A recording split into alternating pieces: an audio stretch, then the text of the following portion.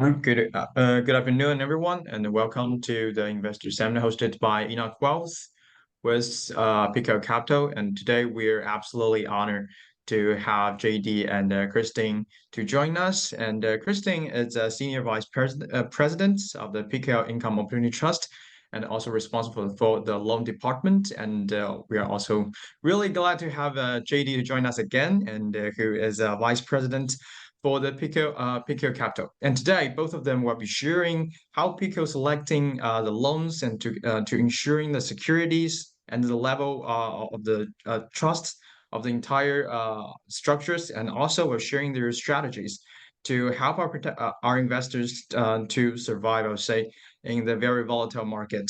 And I'll be leaving the time to both of them and sharing the amazing content to everyone. JD. Well, thank you, Robin. Appreciate that very much for that kind introduction. I'm sorry I cannot be there with you guys. I always love coming out to Vancouver, especially we're enjoying unbelievable weather right now in Toronto. But I know what it's like when you get great weather in Vancouver. It's so beautiful. So for me not to be there, there was obviously a specific reason why I couldn't make it. But I wanted to go out there. More importantly, obviously, many of you are now kind of familiar with the fund. You're invested in the LP or the trust, and you understand how we've been growing and the type of returns that we've been generating for clients.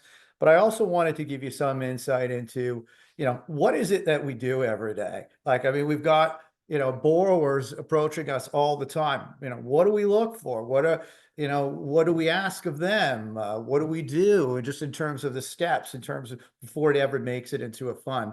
And that's why I wanted to bring Christine by, and thankfully she's with us today on this call. I'll go through a little bit of a presentation just to give you guys a quick little update, all that kind of stuff. And then Christine can pop in when we're really talking about, structuring and underwriting and all that type of stuff. But Robin gave a good background on her. Christine dates back to '89. This is even before me, Christine, in the mutual fund industry. But she's worked with bank and non-bank lenders. And prior to even joining Peakhill, she was working with a BC-based private investment fund. She's works with all of our originators on the deal structuring, on the underwriting, even on the trading, and she sits on our credit committee as well. So, fantastic person to bring by the office, and I certainly will do it in the future again. I guess what I do is go into the sharing of the screen. Let's go here. I'm sort of used to this now. So yeah, so again, for those who have not heard of our fund yet, we run one called Peakhill Income Opportunity Trust. We've been around 4 years now. We've just had our 4-year anniversary.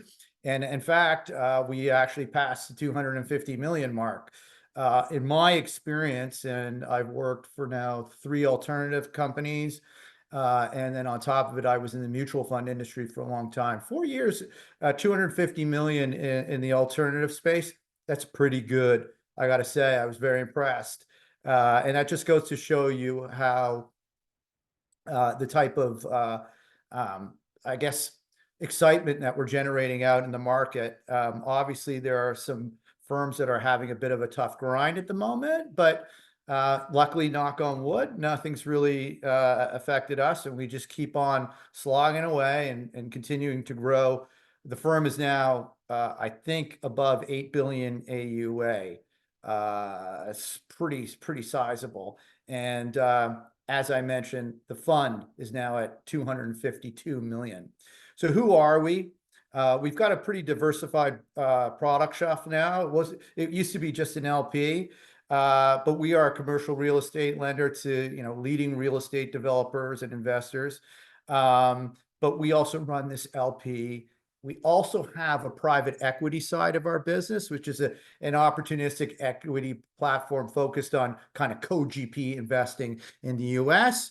And we've just recently launched a Peakhill US preferred equity portfolio, in fact, which is giving us diversification into the US. Once again, sticking with that multifamily theme, which dominates our funds and in terms of our investing as a firm.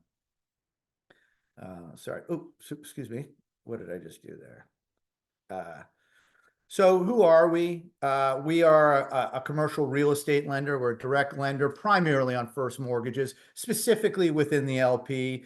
All you need to know is that it's 92%. And if we have a second mortgage, usually it's behind a CMHC first mortgage insured, right? So you're not taking a lot of risks in terms of adding a second mortgage in. But we're primarily 92% on multifamily primarily. There is industrial within there. That doesn't mean that we can't invest into other asset classes, but we're probably not going to do a lot of land development or construction.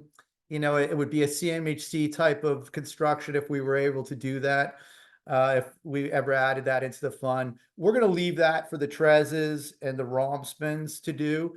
They do that really well, and we're just a good complement to those because we pretty much our first mortgages focused on the multifamily space. We are CMHC approved lender. That's an important thing to say because it's not easy to do. There's lots of CMHC approved lenders out in the market. That doesn't mean that they're having the type of success and the type of origination and abundance of origination that we are having. That's largely because it's just not an easy thing to do. We're north of 20 originators now. We have the servicing capacity. We have the relationships, the know-how. We all have massive experience in this marketplace. It's not so easy to just simply, because you're CMHC approved, be able to deal with the type of business that we are already generating. In fact, we will probably do around $6.5 billion of origination this year. If you recall, I was on a call earlier on in the year where I told you that we did $3.5 billion last year. So we're continuing to grow.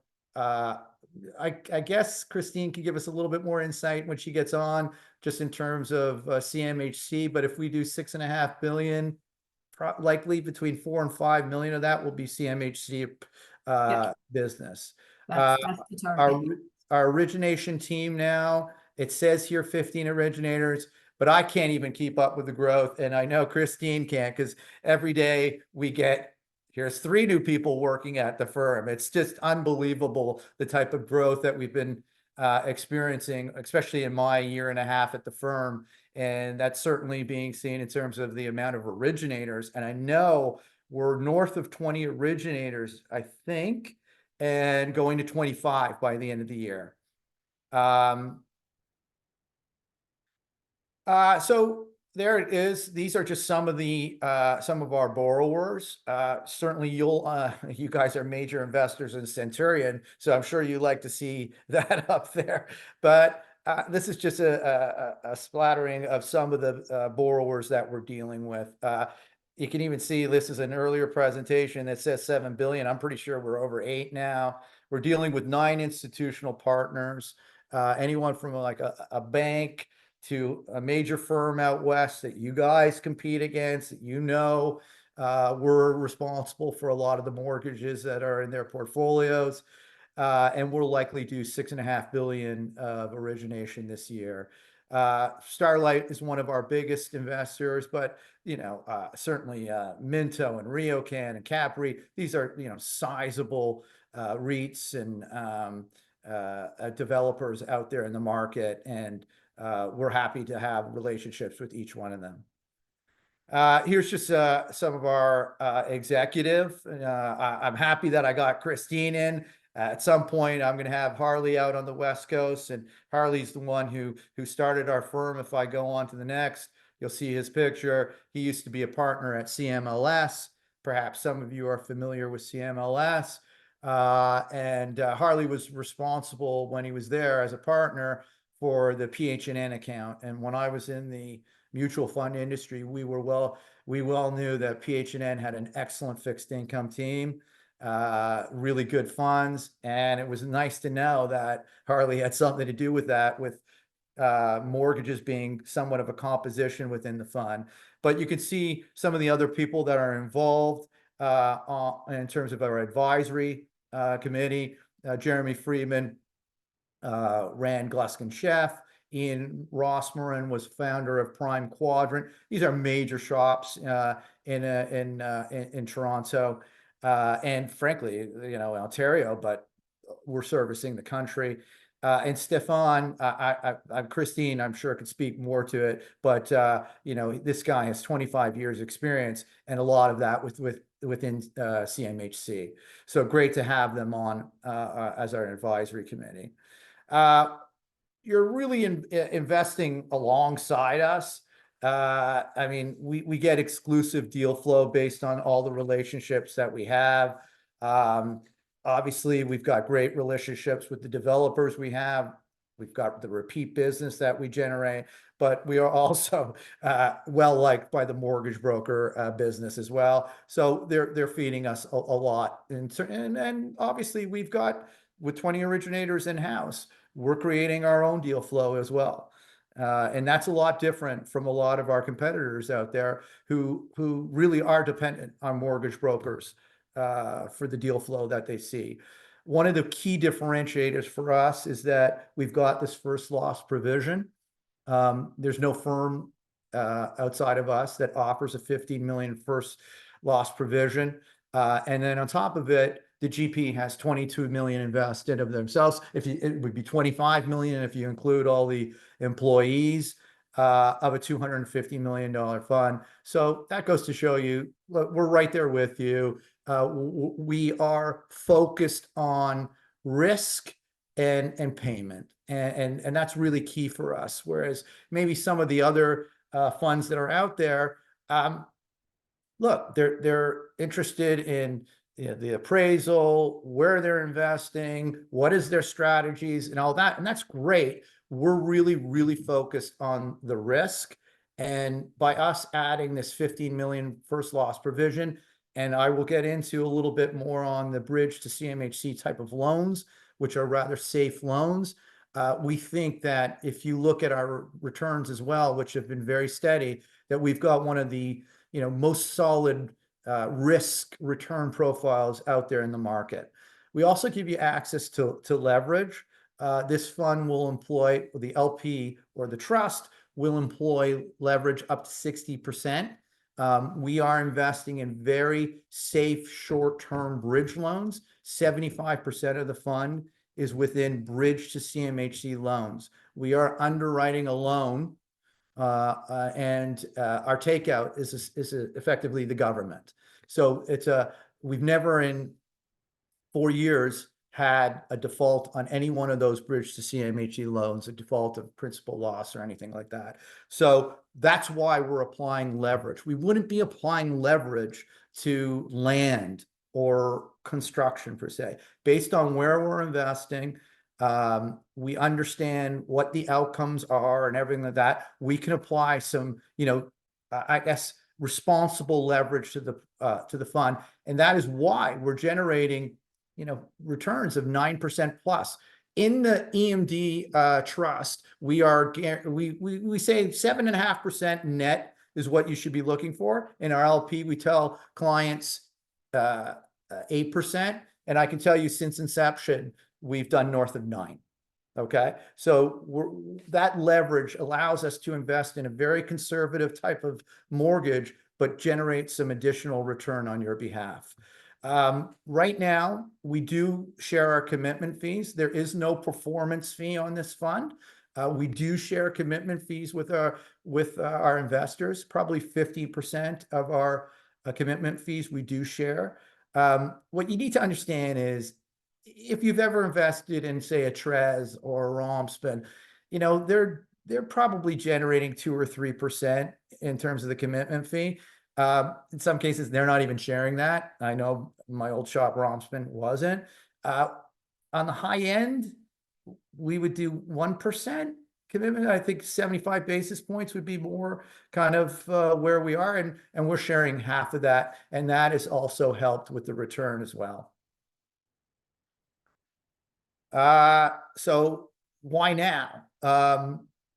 Christine, is there something that you want to step in on here, or would you like me to deal with it? Because here we're just talking about the emerging opportunities and just we're talking about conventional lending here and CMHC. Perhaps it's best that you jump in right now. Yeah, happy to. So as JD was mentioning, about 75–80% of our fund is focused on the bridge to CMHC asset class.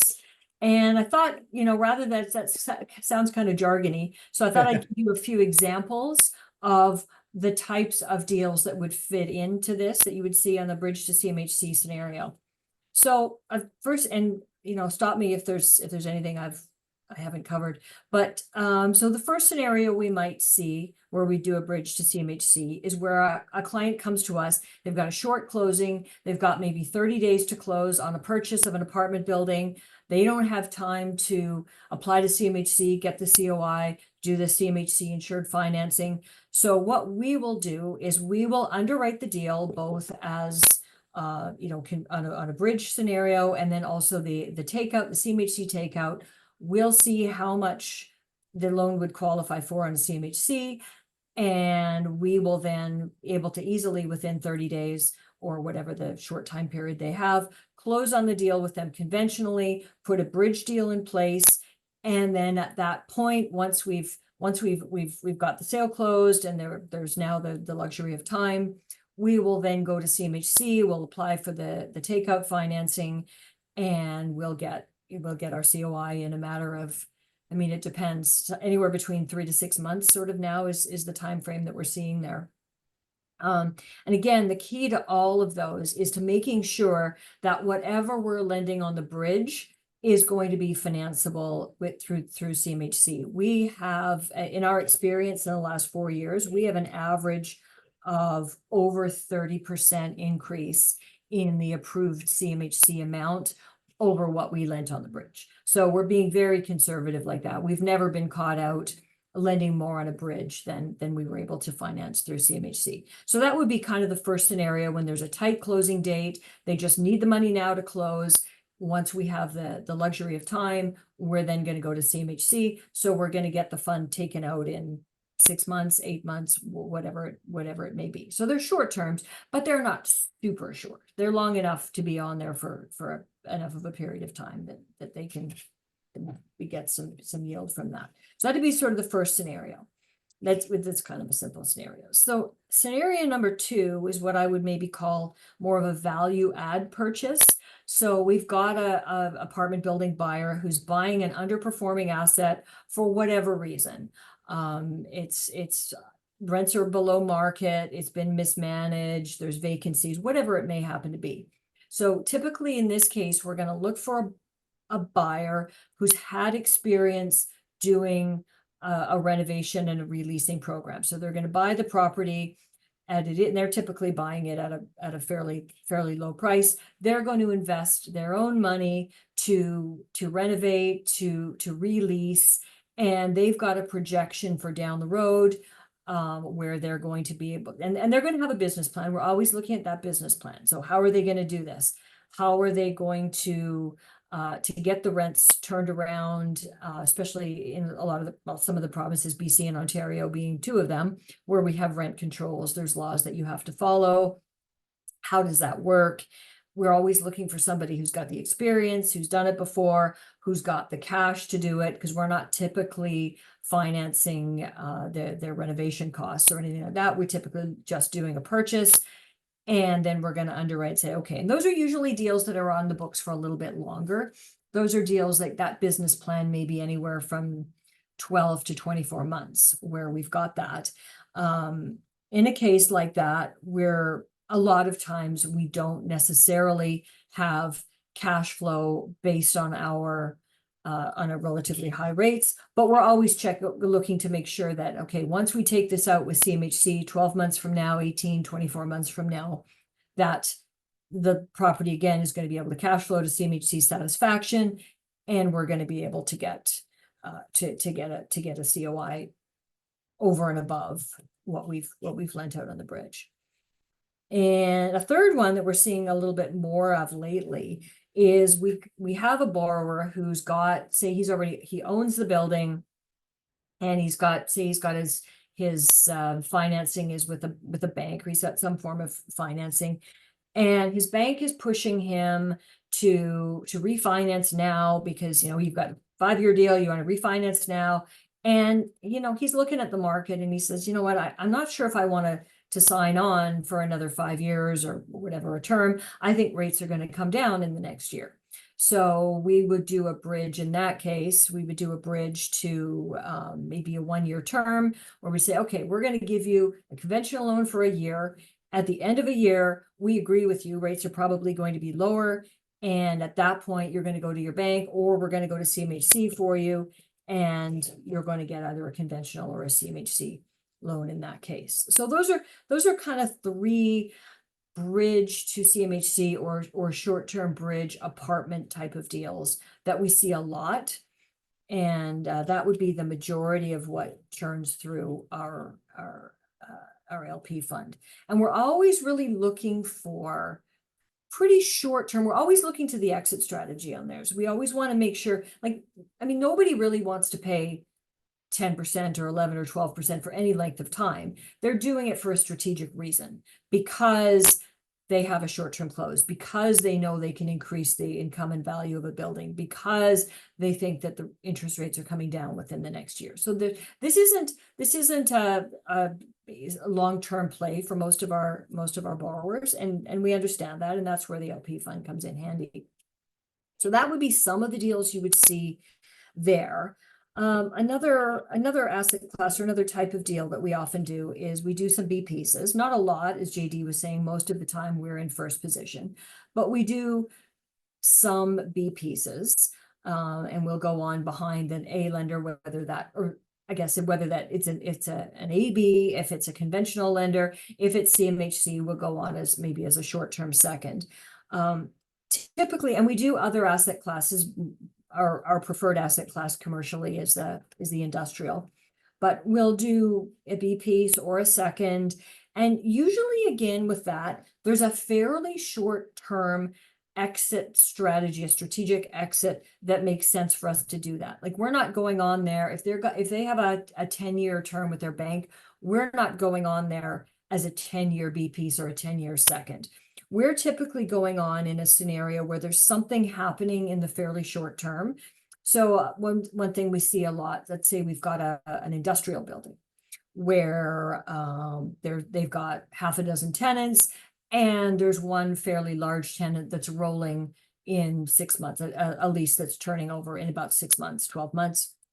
And they know that at that time, they're going to have a much higher they're going to have a higher income, they're going to have a higher value, or they've got a couple of vacancies, but the market is strong, they know they can fill them. So we're going to go in right now, we're going to cover that. And then once you've got that, once that event has occurred, whether it's a lease renewal, whether it's some lease up, and they can increase their conventional financing, then we typically get paid out. So again, that would be, you know, a 1 year, 18 months, sort of a time frame that we'd be looking at for something like that. So that's sort of a few of the different ways that that the LP fund works for us and works for our investors. And those are the types of deals you might see.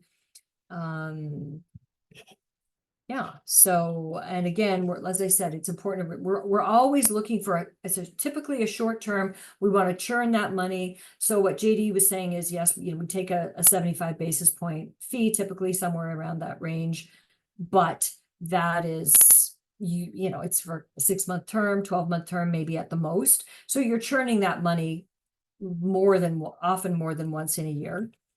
So that's adding to your investor's yield as well. And it's always, like I said, it's a short-term play. It's not deals typically that sit on there for a long period of time, if that makes sense. Okay. Christine, just if we could just talk to this slide as well a little bit. Sure. Yep. I mean, one of the things was we talk about these emerging opportunities for bridge financing due to the backlog. Right? Yes. If there's a 6-month delay. I mean, I was hearing upwards of 12 months. Is that still the case, or has it gotten a little bit more? It's gotten a little bit better. I would say it's gotten a little bit better. You might be aware there was a huge volume of deals submitted to CMHC in mid-June because they changed the rules. And so there was a huge backlog of business deals that got submitted back in June. And we've started receiving the COIs on those. We've actually funded one already that I'm aware of. So we're starting to get the COIs now. So that would be probably just under 3 months. And that was with probably historic volumes that CMHC would be facing. Yeah. So yeah, there's definitely, I would say not 12 months. I would say, if I was to send in an application today, I would expect a COI within 4 months. I would say 4 months, 4 to 5 months would be a reasonable expectation. So Okay. for those short-term deals where we're closing the gap between the time that we can receive the COI and pay it out, that's sort of that scenario that I was discussing earlier where. Okay, and just for those that might not know, like, that's a certificate of insurance, Oh, right? sorry, yes, Right, certificate of just in terms of insurance. a COI, right? And once we Yes. get the COI, we will then arrange a takeout loan with, one of our institutional kind of partners and stuff like that. And that's when it will exit the LP. That's when we're being taken out by the government. You know what I mean? Like, because they're insuring it, and then eventually that thing moves over. It could go to, the takeout loan could be BMO or RBC or National Bank, someone like that, but it's securitized and turned into, quite often, isn't it, into a CMB, right? Like, Yes, yeah. right? Put Right, into a which are pool. basically Put into a AAA. securitized pool. Right. Yes. Like, I mean, these are AAAs, right? So that's the type of mortgages that are moving over. You're not getting, those are, land development is not moving over into CMBs or anything like that. Would it still be the case that conventional lenders have pulled back? Have you seen them come back at all?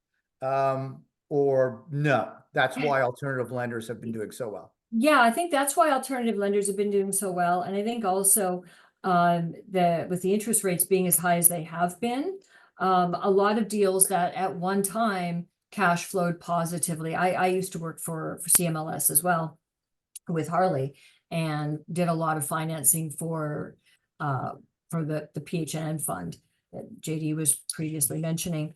And normally those types of lenders have a 125 times debt coverage requirement. So they need to have positive plus cash flow, which works very well in low interest environments, which we have not been in for the last couple of years. So it makes it more difficult to lend conventionally. If you've got people that we're typically going to think, I have a type of an asset class that I can typically borrow 65, 70, 75% on. Well, the other constraint that they have to face is that you need your positive cash flow. So with the interest rates being as they've been for the last couple of years, it's been more and more difficult to get relatively high level financing and still show that positive cash flow. So I would think as interest rates continue to come down, that is going to right itself a little bit. But for the meantime, lenders like ourselves that aren't necessarily as concerned about cash flow. I mean, we need to make sure that the payments can be made, but we are more creative than a conventional lender would be in what is the source of that. Maybe it's a borrower who's got very strong net worth. He's got a lot of liquidity. He's got a lot of cash flow from other properties that he owns. So we're not necessarily requiring a property to cash flow positively organically. We're going to be able to look at other opportunities. So yes, although I do think as rates continue to come down as they're projected to,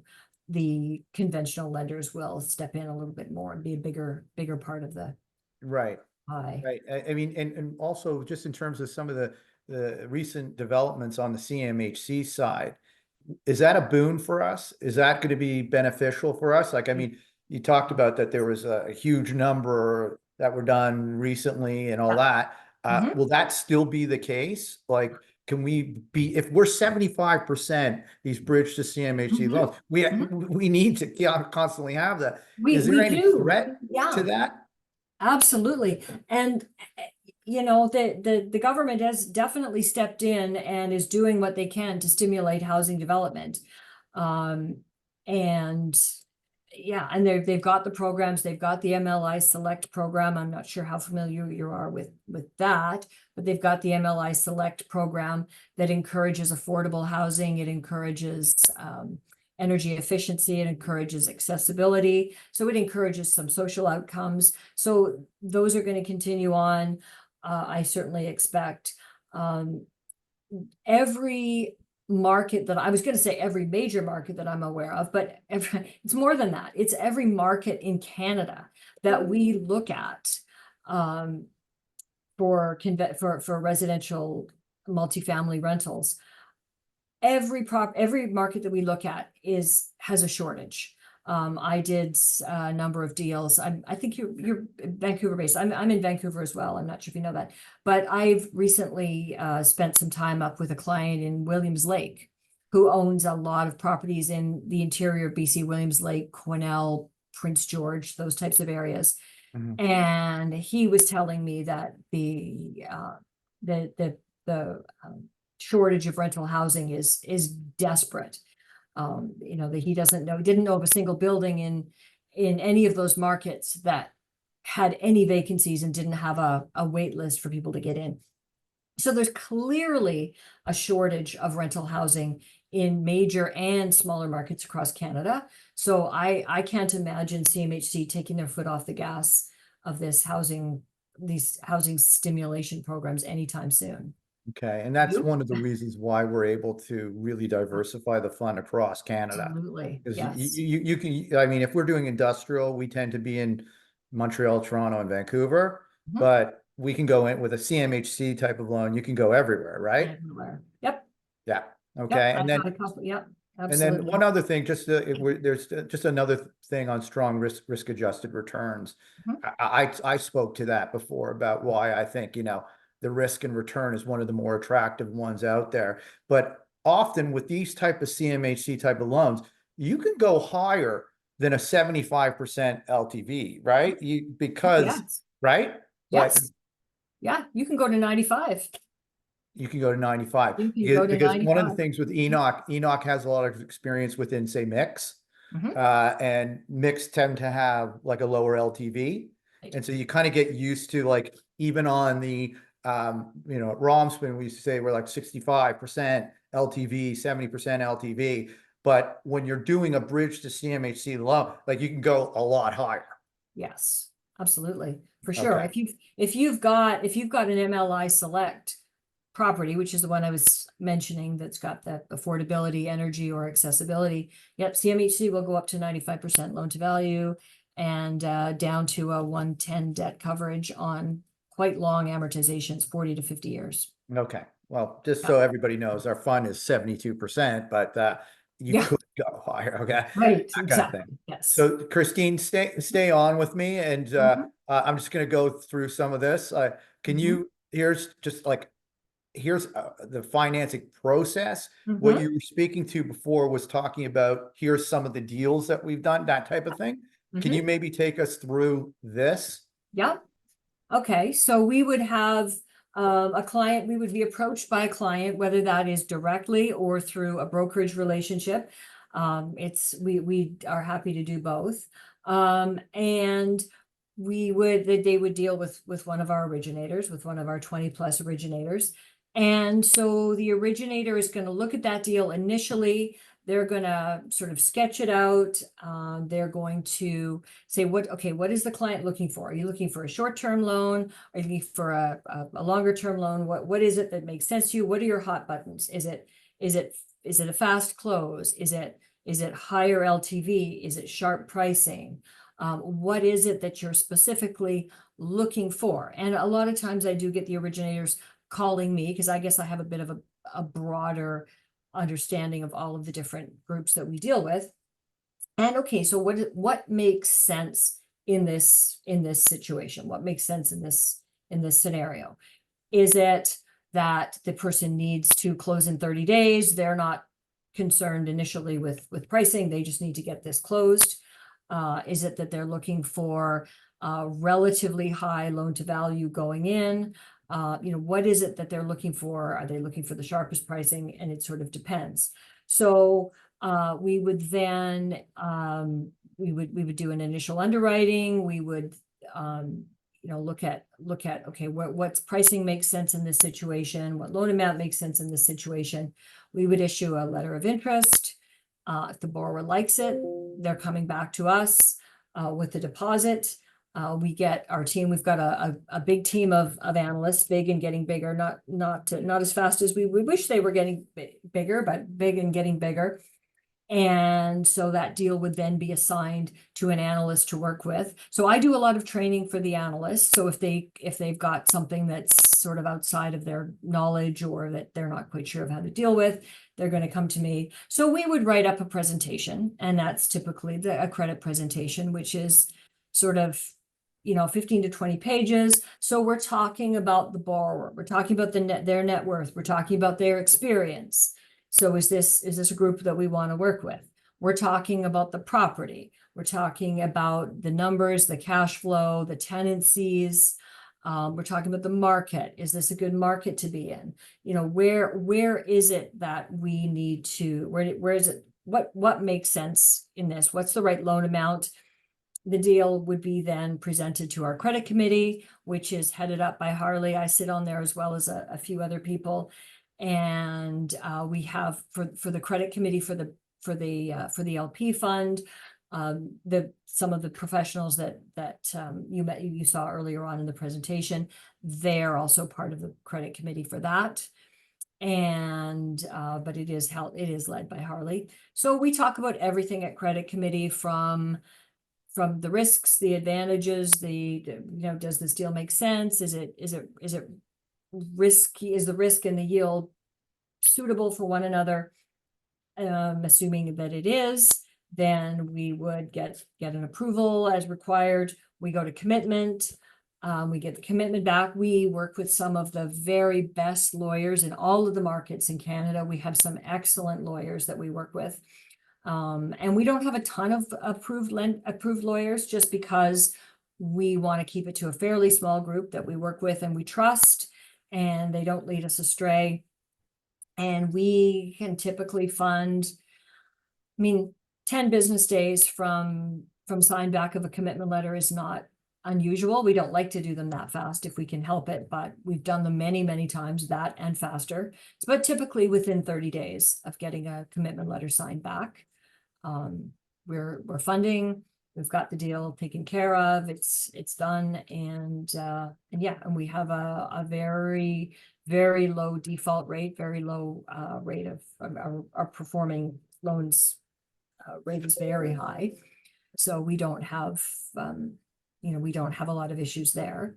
And so that's kind of, and then if it is one of these deals where that we spoke about, where we've got the bridge to CMHC, once we've got it funded and taken care of there, then the deal will go back to the team that originally wrote it up, and they will begin to prepare a presentation for CMHC. And that will then be submitted to CMHC. We wait the 4 months, 5 months, certificate of insurance comes in, and we're taking you out. So that's the very safe process that JD was talking about. Why are they going for CMHC? Just out of. Okay, well, CMHC is, it makes sense in so many ways. So first of all, if you were to compare what CMHC financing can be obtained versus, and if you're looking at a bank, a conventional bank, or a conventional PHNN CMLS type, so the pricing is much cheaper, for one thing. Right now you would be paying probably somewhere in the high 3%, the 380 to 390% range for versus, so you're probably saving about 200-ish basis points on your pricing. Typically, conventional lenders and banks will only go to 25-year amortization. CMHC will go all the way up to 50 years for the right deal. If you've got a deal that has social outcomes, being affordability, energy efficiency, and Right. or accessibility. So they'll go up to 50 years. The banks and the conventional lenders typically require 125 times debt cover.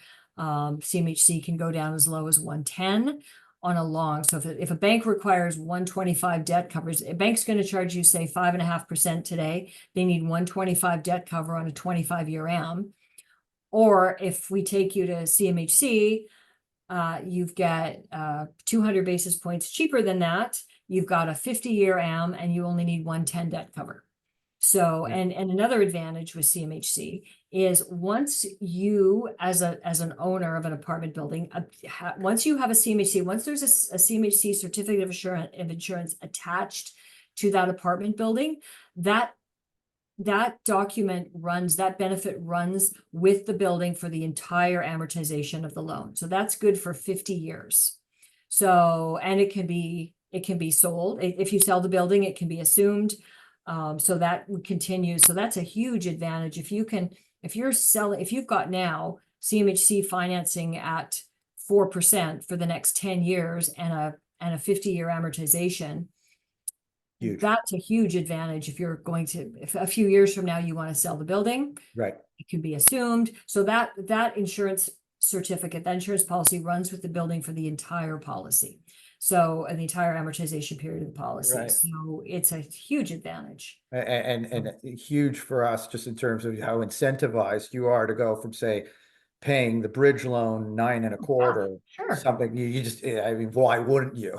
Right. It's irrelevant. It's irrelevant. If you're going to get saved 200 basis points for the next 40 or 50 years, yeah, you're not going to be concerned with paying a high rate for a year until you can get it stabilized. gotcha. Exactly. Right. Okay. Yeah. So we don't get much pushback when there's a Okay. CMHC exit at all Okay. on our pricing. I'll kind of get to the finish, Christine, and I'm sure there will be questions, I would imagine. This needs to be updated, frankly, because I know it's now over 8 in terms of the firm's AUA. There's a 15 million first loss provision that you could see. It's 25,000 to invest. The management fee for Enoch would be 2%. Look, when you look at liquidity, there's going to be clients of ours, potential clients or investors who are just going to balk at the fact that, one, they don't get weekly liquidity or there's not monthly liquidity. We offer quarterly liquidity, but more importantly, we need to ensure that you want to be in there for a while, because we're not looking for just kind of, transient type of investors or anything like that. So really think about whether or not you want to be in a fund like this, because you would pay 5% to leave in the first year and 2.5% within the second year. And we're having no problem growing right now. And often the feedback that we get is, I love that you have that, because I want to invest with people who are investing for the long term and not the short term. Okay. So 7.5% is the net that we're looking to do. With you, it would be, you're just at the end of the month that you're investing with us, but within our LP that we run, we do have pricing every day. And so we do take purchases any day, but with regards to Enoch, it's once a month. So investor capital is now more, 22 million is the GP. If you include all like the employees, it would be 25 million. There's where I'm showing you the 72% LTV. As Christine was saying, don't worry about it. Where we're investing, we could go even higher than that, and it's really no risk to you. The average term is 9 months.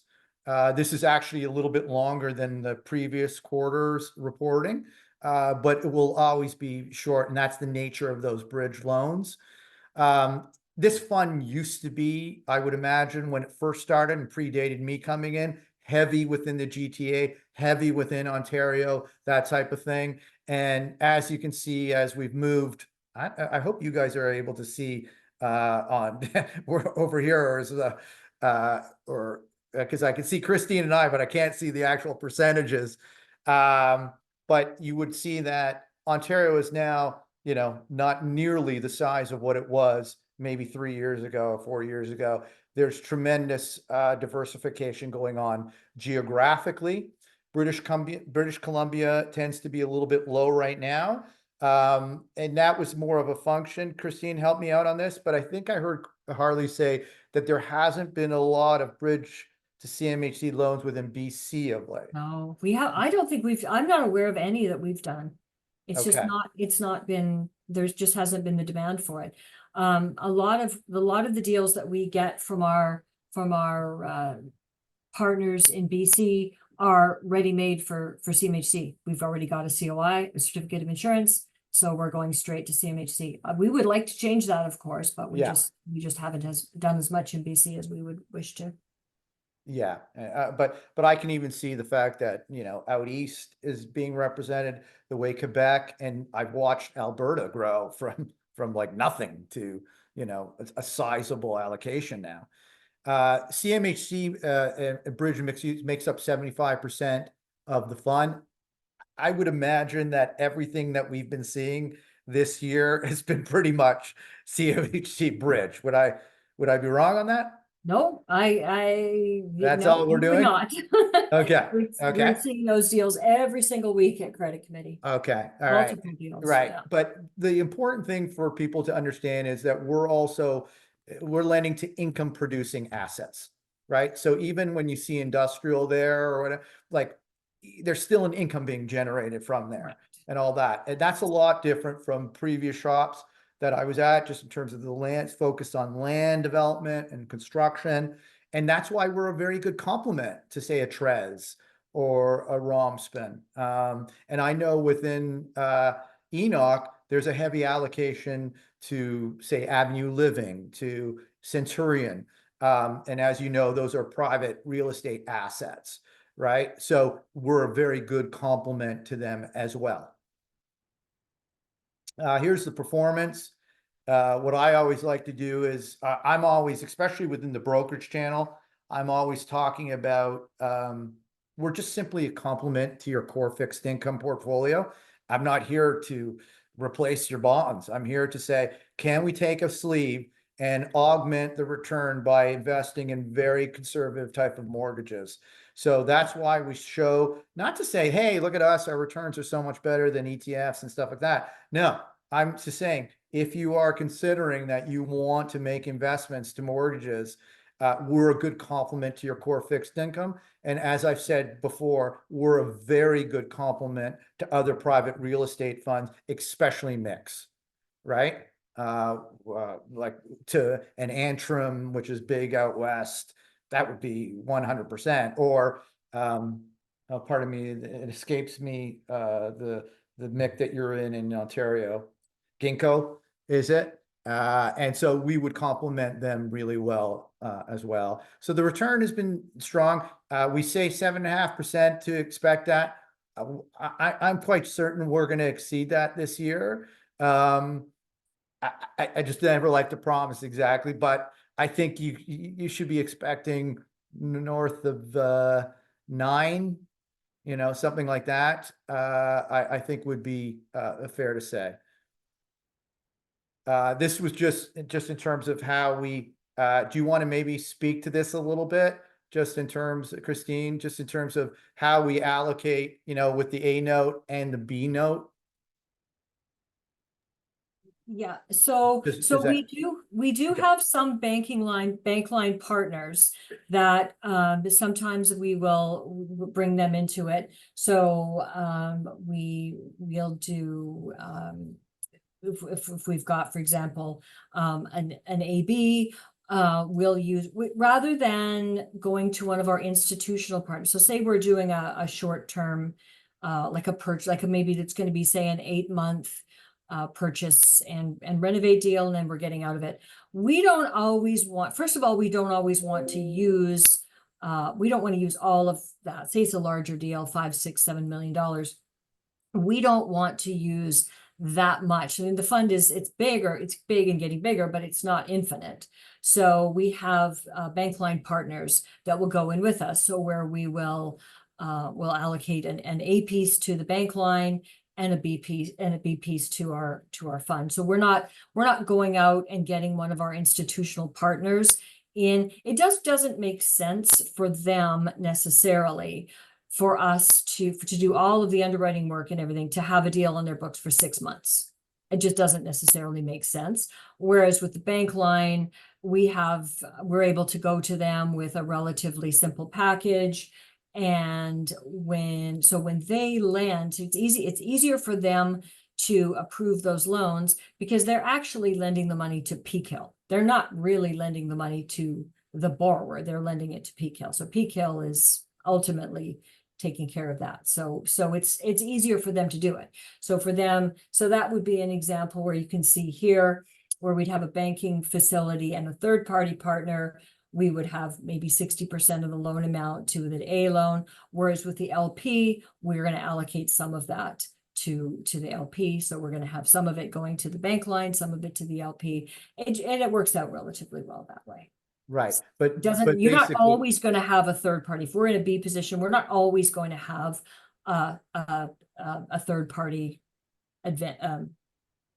APs. It may be one of our bank lines. right, but the broker is gonna only see, the borrower is only gonna see one. Correct. Right? Yes, Right? everything. Whereas there's a Right. blended, There's and we're doing a very Yes. good one to the LP, but it doesn't matter. The Right. borrower is still seeing that, say 9.25% or something like that, right? Yes, yes, and the pricing, we're able to get quite good pricing from our bank lines, which allows us to either offer better overall pricing to the borrower, or it allows us to get higher pricing for the LP fund, either of which is a good thing.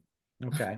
And what I would just add to this is sometimes people say, oh, as a B note, you're not in the primary position, and that seems a little bit risky. You got to remember that we control the whole first mortgage. Yes, Okay? we are the servicing agent. We control everything. We So control everything. It's not right? like a second mortgage where you're behind some massive bank somewhere and you have to try to get to the table if there's a default. We're managing everything, and we're representing all of our investors, whether they're the bank lines, the LP, our institutional investors. We're always managing that. So there's that comfort there as well. And I would just add that our lines of credit are guaranteed by the GP and not by the LP or the trust. That's true. Okay. We also have 25 million of our money invested in there with the 15 million first loss provision. And then on top of it, okay, if you're using leverage, what are you using leverage on? It's a bridge to CMHC loan, which we've already talked to you about, is a rather safe investment. That's why we're able to apply the leverage. Yeah. Okay. So there's that. Here's just some of the recent funded deals in the LP. Anything stands out for you? I mean, here you could see what the borrower rate is, but what the LP, what we get for the LP in terms of the return. Are these very typical of what you see all the time? They're typical of what you see all the time.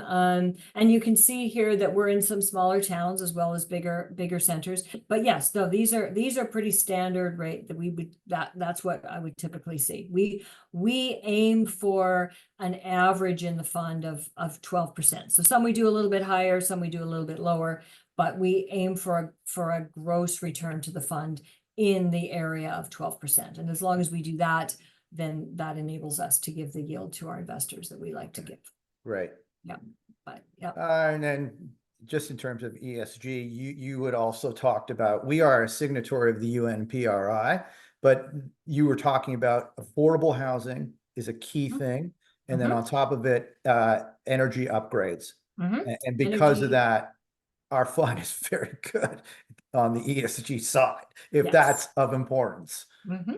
And I have to say that when we are dealing with institutions, consultants, endowments, that kind of thing, this is of grave importance to them. So that's why they're starting to become much more receptive to working with us. The problem they have is 250 is better. They need the fund to get to 500. They need the fund to get to $1 billion. That's when they're really interested, unfortunately. So that is the presentation right there. Christine, thank you so much. I got some great insights too that I don't always get. So I really appreciated that. I'm going to ask Aaron to come on and we'll just open it up to questions. Yeah, no, thank you so much, Christine and JD, for sharing your insights. And yeah, same as I did. I gained a lot of current market updates and the insight from Christine. It's very valuable for me to further share with our clients. I guess the first question is from myself, because I think when I chat with JD, you also know we're seeing increasing cases of foreclosures. As we're based in BC, we see increasing cases of foreclosures around Greater Vancouver, especially in the commercial development projects. So how would Peakhill see this impacting maybe the fund's future performance, and or alternatively, how would Peakhill ensure that you're immune to this systematic risk in the market? I'm familiar with what you're talking about. A lot of what we're seeing in the foreclosures is in land development. And I think it's mostly condo development that's causing the problem. There's certainly no shortage of demand for apartments. The condo market in Vancouver is pretty soft right now, as you know. So we do have some condo inventory deals that we're not, you know, we've had to adjust our expectations on the pay down, but we're still fine. We've underwritten them.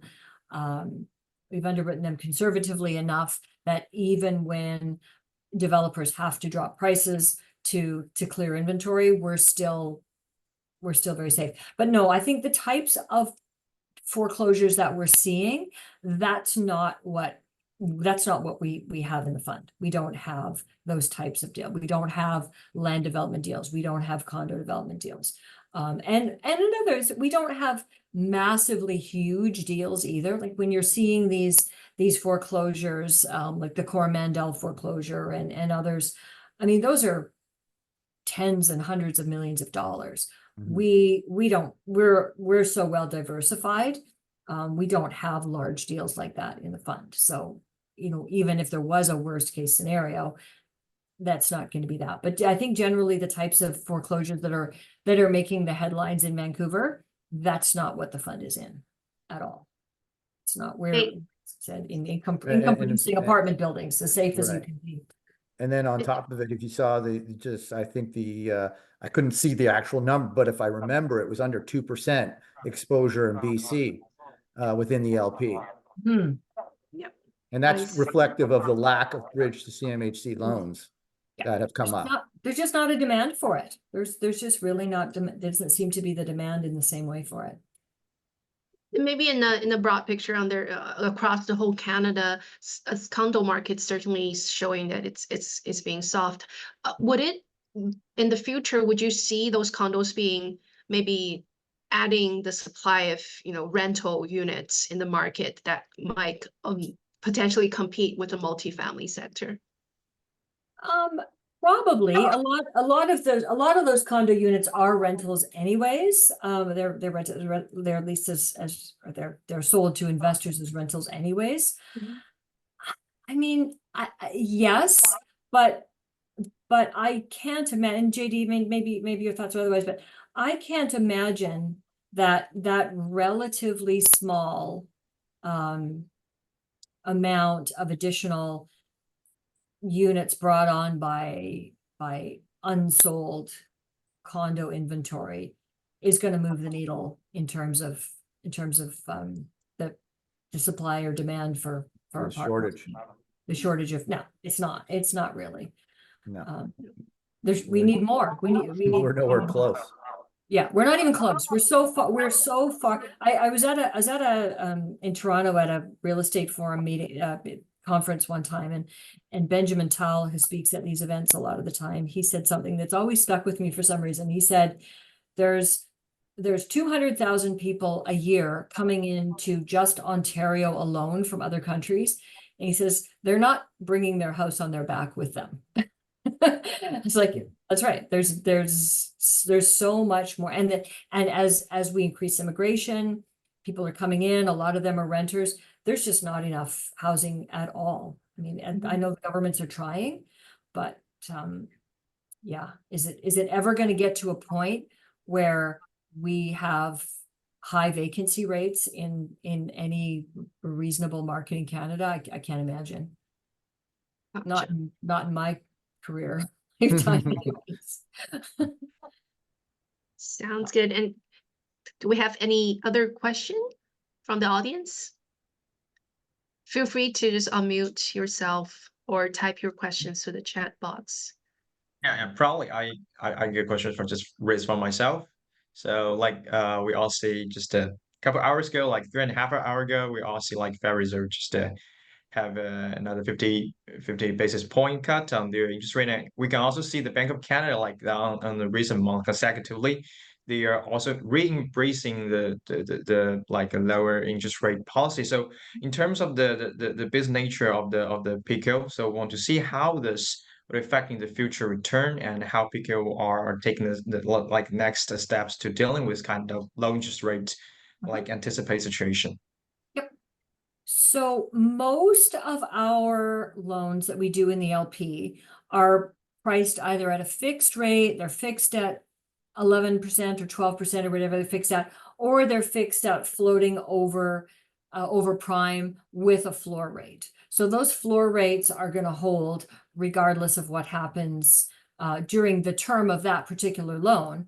But certainly we're in a decreasing interest rate market in general.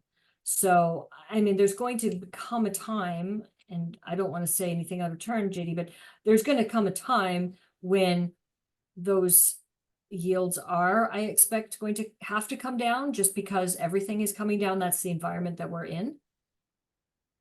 Okay, I mean, we just can't expect, like we had an amazing in our LP last year, we did 11%. So if you guys had been in at that point, you probably would have done like north of 10 and a half, something like that.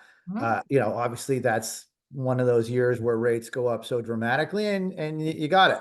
But prior to that, we had rates that were 2%, 2.5%, and the fund was doing north of I think 8, 9. So in fact, I think it's actually if we could ever go back to 2%, it makes my job a lot easier, believe it or not, because then you really need to come to a private mortgage fund. If you're getting a corporate bond fund that's generating 9%, that's a competitor, right? And I would be invested in that as well, obviously due to the liquidity. It's considered low risk, all that kind of stuff from a compliance standpoint. So it makes a lot of sense why you would be invested in that. But if there's that gulf of 500 basis points or 600 basis points, you know, that's very good for us. And I would just add that we're short mortgage. Like, what is the average term? Like you said yourself, it's like 4 or 5 months, 6 months. You know what I mean? So we're just adding another mortgage. All right. So we're not stuck all the way up there by any stretch of the imagination. So you're constantly moving the portfolio and adjusting it. Yeah, we're churning that constantly. We're getting it. And again, like we were saying earlier, if we're just doing a bridge for relatively short term and a borrower knows that they're going to be, and even CMHC rates are continuing to drop. So they know that they're going to get such an attractive rate on the exit with CMHC that I think there is less resistance to us saying, you know what, we're charging you 10%, 11%, but it's gonna be for 6 months, and then we're gonna churn and we're gonna put the money out again, and then we're gonna put it out again and again, and we're charging those fees over and over again. So to some extent, you kind of play in the environment that you're in. So rates may come down somewhat, but you know, I think the way we're set up, we can continue to do quite well on the yields. Right. And what are we talking about in terms of how far it's going to go, right? Is it 100 basis points? You know, something like that, right? It's not going back to 2. No, it's not going back to 2. No. It's not Going back to where it was in 2021. Yeah. No. And JD and Christine, since Robin just talked about that the interest rate decreasing, and also see that inflation is being under controlled. So would you be looking at the cap rate and considering the change or the impact on the cap rate? Because we obviously see that the office cap rates being adjusted a lot in the recent years. Yeah. So wanted to hear about your view on how you think the cap rate would kind of evolve in the next couple of years. Yeah. Well, first of all, speaking of office, I don't think you're going to see any office in the fund anytime soon. It's pretty much every lender's least favorite asset class right now, and probably will continue to be. Yeah, so we've probably seen interest rates cap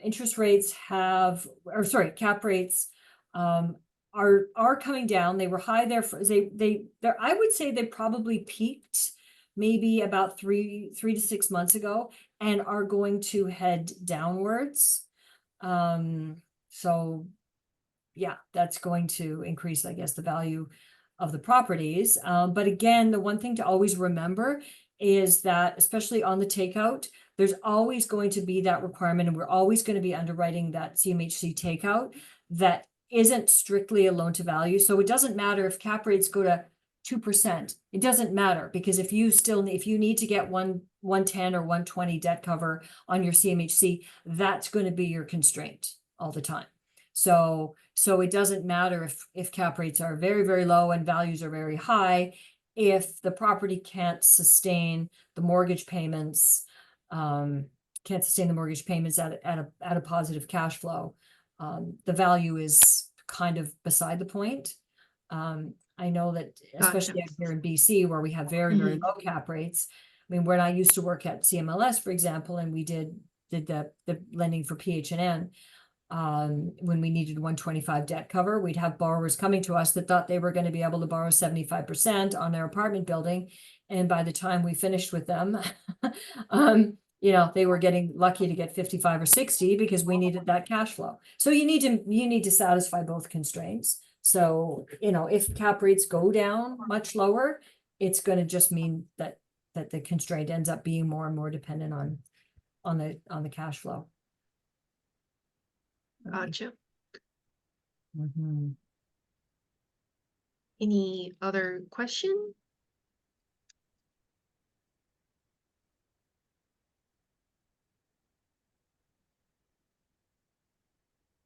Feel free, if anything, if you come up with anything, any questions that occur to you later on, happy to answer.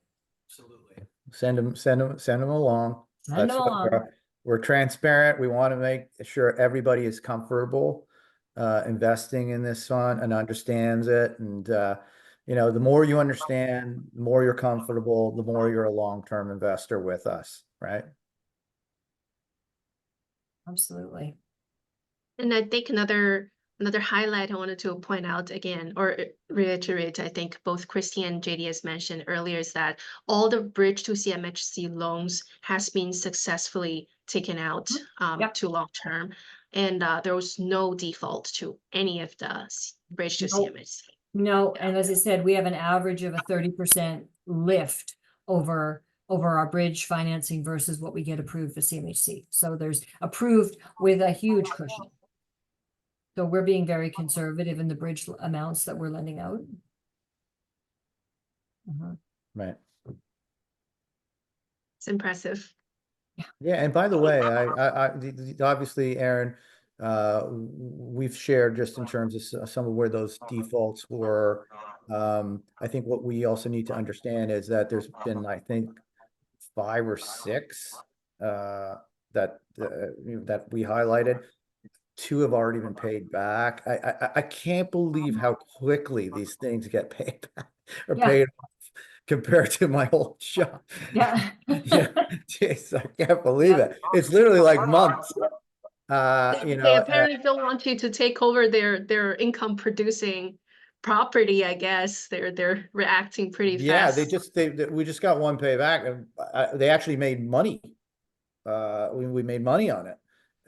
So they're not persistent. They're not sitting there for years or anything like that. It's a quick little thing. It just takes time. You gotta, power of sale, lawyers, you name it, whatever. Just takes time. And frankly, 2 of them were, I don't know, Christine, if you're familiar with the ones in Montreal.